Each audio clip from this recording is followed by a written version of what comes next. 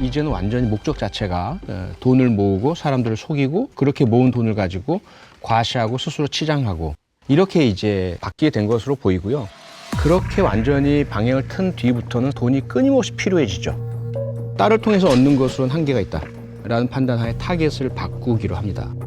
자신의 아내를 이용하기로 합니다.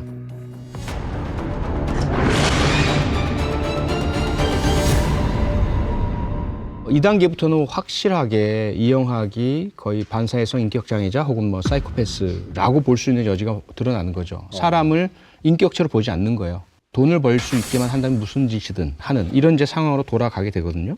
아내를 이용해서 어떻게 돈을 벌까? 아내를 성매매하게 만듭니다. 성매매하게 만듭니다. 와. 10여 명의 남성에게 성매매하도록 스스로가 알선을 합니다.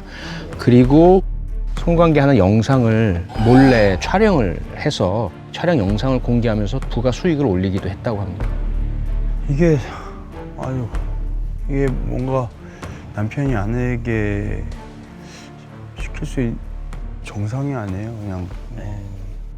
지금 이 아내 같은 경우에는요, 14살, 15살에 이영학을 만나가지고 아이를 임신을 하고 결혼을 하게 됩니다.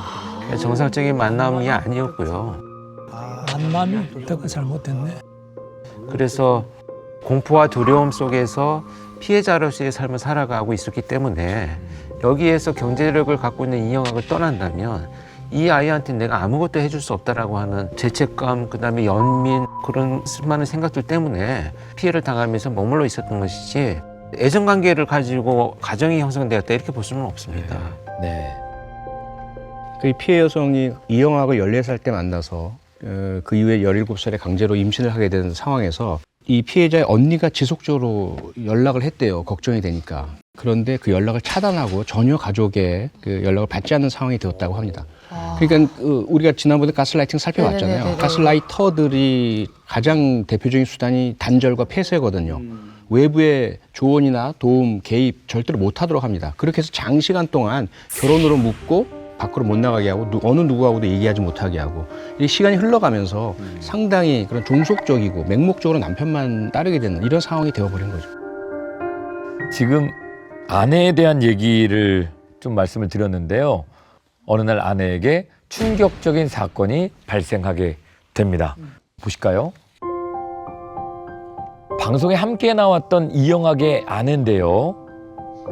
많은 분들이 화목한 사이로 알고 있었는데 2017년 새벽에 행인들이 걸어가고 있는 모습인데 갑자기 오른쪽에서 쿵 하는 소리가 납니다.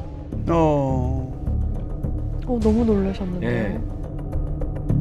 이영학의 아내가 5층에서 떨어진 겁니다.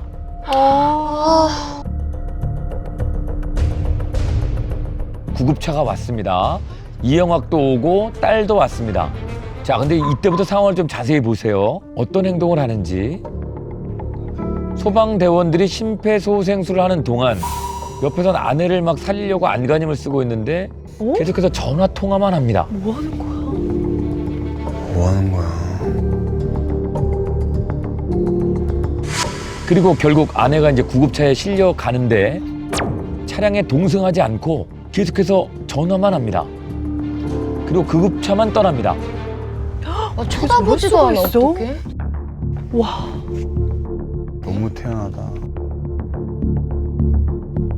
그리고 6시간이 지난 후에 바닥에 있는 핏자국을 지우기 시작합니다. 딸도? 딸도 와서 이걸 지켜봅니다.